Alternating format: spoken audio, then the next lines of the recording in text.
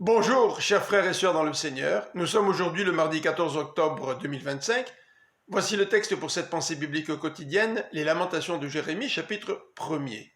En voici le titre. Lamentation sur Jérusalem.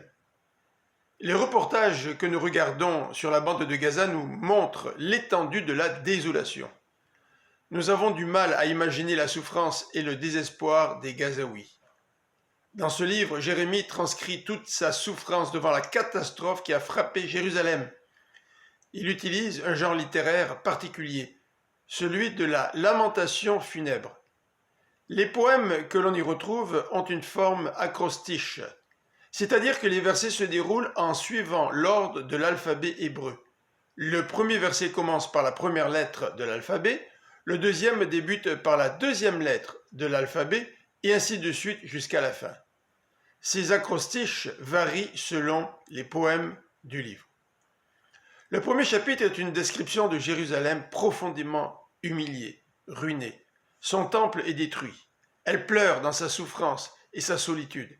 Son peuple a été amené en exil par les Babyloniens et elle est en deuil, remplie d'amertume, devant des ennemis triomphants. Sa communauté a perdu sa splendeur. Ses ministres fuient et personne ne vient à son secours. Le prophète exprime bien sa consternation, son effroi, son indignation. Les expressions utilisées sont fortes et décrivent bien la détresse de Jérusalem, dont le prophète rapporte même les paroles, versets 9b et 11b. Dans son désespoir, Jérémie explique cependant la raison, la cause de cet immense malheur. Le peuple a été infidèle et a brisé l'alliance qui le liait à son Seigneur, l'Éternel. Cette catastrophe a été provoquée par Dieu lui-même, qui s'est servi des Babyloniens. Dans son jugement, Dieu reste néanmoins juste.